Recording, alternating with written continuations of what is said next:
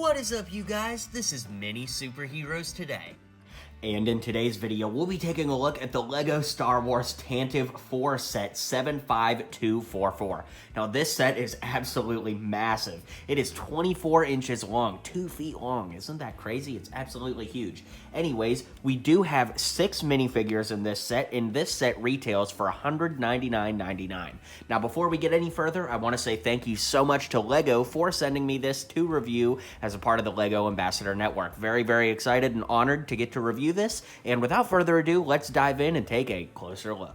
So for the figures, it only makes sense that I introduce you to Princess Leia first. You can see on the back here, she's got this skirt piece, and the printing on the back is immaculate, the way it connects up to the top. It's just a really, really fantastic looking figure. Of course, the hair you can move to the other side of the face and show her with a little bit more of a sneering action face.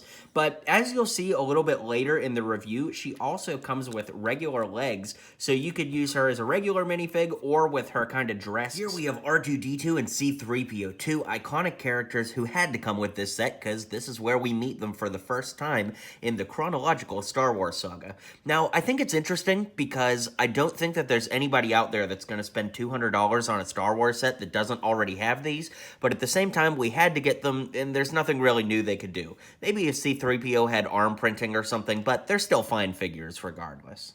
Here we have Bail Organa, who makes his LEGO debut in this set. Kind of unbelievable that we've got all these years past, like, Revenge of the Sith without, getting a Bail Organa, but he still looks great. Of course, he's got some plain legs there, a nice olive green torso with a very unique olive green cape. The face works really well, looks just like Jimmy Smith's, and of course, you can flip that around, see that he has an alternative expression there, and then he does have some printing under the cape, although nothing to get too excited about. Here we have Captain Antilles, or Wedge Antilles. He does have some back printing there, but kind of like Bail Organa, nothing to write home about. The silver guns in this set are a very nice touch, and then if we lift up the helmet, you can see he's kind of got a little smirk on this side, and then of course he's got a little bit more of a scared look on this side, like if Darth Vader were to be choking him out or something like that. Still a really, really great figure, and a figure that really hasn't come anywhere else in LEGO history. And last but not least, we have a Rebel Fleet Trooper who isn't really unique, but he is unique in the sense that it had been a long time since we'd gotten a figure like this, but in recent LEGO sets, they've been utilizing this character design a little bit more. You can see if we lift up his helmet here, he does have some pointy brown eyebrows, and then he's kind of got a fighting, concerned face on this side. A really, really nice figure. Too bad we didn't get one or two more of them to, like, build out a fleet, but then again, there's really nowhere to put them in this set, as you'll see shortly, because we're going to dive into that set right now. So taking an overview of this set, I'm really excited. This is 2 feet long. Like I said, I can't stress enough how large this set is, and I've never had one of these, so I'm really, really excited to add this set to my LEGO Star Wars fleet. I'm not really sure where I'm going to display it just yet because of the size, but I really love the way that it's built. One of the things I have to point out that I love about the build too is that there are some color variations. You can see a yellow piece right here, you can see a yellow piece inside there, there's a piece right here, there's a piece up front. I say all that to say that it's not a stark white ship, and I like that there's some contrast to it.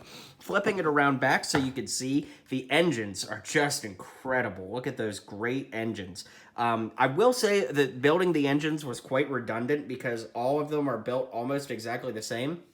But if we flip the ship on the underside, so you can see that they're pretty bland on the bottom. I mean, they don't need to be detailed by any stretch, but just kind of showing you what the bottom of the ship looks like there so you can see it. And we'll take a closer look at some of the things on the bottom that matter. And I did lose one of these fin pieces along the way, so I'll have to put that back on when the time comes. But in any case, that's the exterior of the ship at an overview, and let's take a closer look now. Alright, so starting at the front of the ship, we do have some stickers kind of on the head of the front, the head of the head, if you will. And we have these two large stickers here that, of course, are supposed to be kind of like the cockpit windscreen areas. And these both clip off. You can see they're large, kind of like half semicircle cone pieces, but they clip right into these little, I call those drape pieces. I know that's probably not the technical term. It's just a little name I made up for them because the studs drape down, right? But the idea is you want to take your Rebel troopers here and put them into these command seats to be your pilots. I always thought that that was a cool little way to get them in there. And when I say always, I've wanted this set for quite some time, so I'm really excited to be able to review it here and now. But you could put a figure in there, and if we turn it around, you can see that there is a printed piece there that's supposed to represent like the computer, you know, that he's piloting on, so that's quite cool. Let's zoom this out. I really like the way that the seat is constructed. You can see that there's a little peg there that the hole in his legs just slides right there to keep him there, the little gap between his minifig legs. And of course you could adjust the seat back in case he wants to take a snooze and recline. But both sides are exactly identical, so I'll flip it around so you can see that the other side is exactly identical. That is one thing. As I'm moving it around here, you can see that it is a little bit flimsy, but yeah. So that's the cockpit area, and let's start moving back on the ship.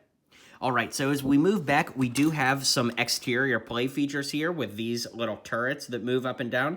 You can actually move them all the way back to shoot behind the ship. And this pivots here, and we do have some stud shooters right there. So if you click that out, it'll shoot that stud out at rapid speed. So you click that back in. Easier said than done sometimes. But looking at the exterior build here, I really like the way that they built this stripe into the actual ship. Of course, it's symmetrical on both sides.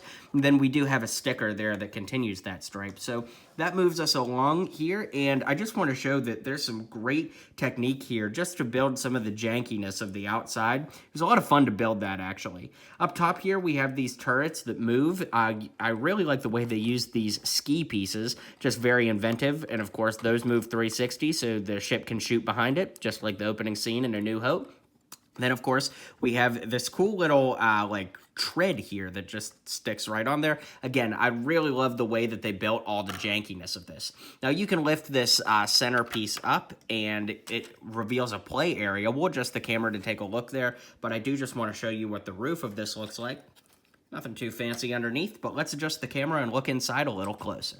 All right, so now we're looking at the inside, and you'll remember earlier when we saw Princess Leia, I mentioned that she also comes with a pair of legs, and I believe that this area is the reason why that is, and that's so that you can actually sit her down at the conference table here, which is quite cool. Now, another thing that I really like about this set is it's built with details on the inside. So these little clips here are actually meant to hold the guns of the figures while they're not, using them. Like, why would she need her gun at a diplomat meeting, unless, of course, she has a meeting with Greedo. There are some stickers on either side here that just bring some liveliness to the set. And we've got a little planning table or like a schematic table in the back corner there. So you can pick Leia up and have her come over to make some plans, as you can see right there. A little tricky with the camera angle, but you get the general gist. And you can see if we tip this up, there's a clip right here that holds some space binoculars in there. So that's quite cool. And the table doesn't lift up or anything. It's actually built pretty solidly in there, but that is the interior. Not too much more to say about it, but it is a very nice look. All right, so we've got the roof piece back on that center, and if we slide back, we actually have a hidden feature right here. This entire midsection lifts up, and you can store some extra missiles in here. Now, when we take a look at the bottom of the ship, you'll see what these are for, but there are some missiles that hide underneath the front of the ship, but it's very cool that it hides right back here. Now, another thing that I really like is when we get to this midsection here, you can see we have these two areas, and these actually break off like so. You can see there are little pegs there that go into those holes, and you can open this up, and it is actually an escape pod that you can put, of course, R2-D2 into. You can put C-3PO in there, and you can close the pod back up and send them on their merry way to Tatooine. So just a very, very cool detail that this set includes, and something I really like. Now, we've zoomed way, way up to show you this next feature because we've got this little satellite dish here, but you can actually pull it out and put that into the curve of your hand and lift the entire thing up as a handle. So it makes the set very swooshable for your adventures if you play with your Lego. And if you just display your Lego, then you can just drop it and put it right there, and you would never know that feature exists. Something I love about this set is just the ingenuity of having something like that. It's a hidden play feature for those that want to play, and a hidden display feature for those that want to display. Man, how's that for a rhyme? I should be a songwriter. Now, as our final look at the top of the ship, we have the engine section. At the beginning, I showed you what those engines look like. They are fantastic. We do have a sticker on this one. We've got a little red plate at the end of this one. So I really like the fact that it's kind of like jankily thrown together. Is jankily a word? You guys know what I mean. But I like that each one has its own individual look. This one is pretty mirrored of the others, but you know, I just like that they're all pretty individual. I don't know. Sue me. We've got stickers on the sides here. These are symmetrical with the other side, of course. I really like the way this tubing is built. That's very nice. And overall, it's just a really fantastic build. So let's take a look at the underside. This part here spins, and you can see that this goes up with that handle we were looking at. So we're flipping this down, and as promised, I want to show you those missiles here. We have this little piece here that turns, a little turret underneath, again, that can flip back and shoot backwards. And then we have a really unique way of firing the missiles. So remember those missiles we looked at earlier? Those are right here now. And to fire these missiles, you just push forward these. So when you push this forward, it will shoot that missile out. I'll do it in a fast pace here. Oh no, the whole thing's falling apart. Okay, maybe I'm not gonna do that. You guys get the gist. Let's zoom out and I'll give you my final thoughts. All right, guys, well, I hope you enjoyed this review. This was a really, really fun set to review, and I do think it's worth it, especially if you don't have any of the previous versions, which of course I did not, which I mentioned along the way. And yeah, I just think it's a great, great set. I understand $200 is a lot, but Christmas is around the corner, so if you decide to order this, be sure to use the affiliate link in the description below. Don't forget to hit like and subscribe to let me know what you think of this, and I'll see you guys on the next video. If you liked what you saw and you liked what you heard, feel free to click that subscribe button for more LEGO content coming in the near future. So, thanks for tuning in to today's video, and until next time, build on.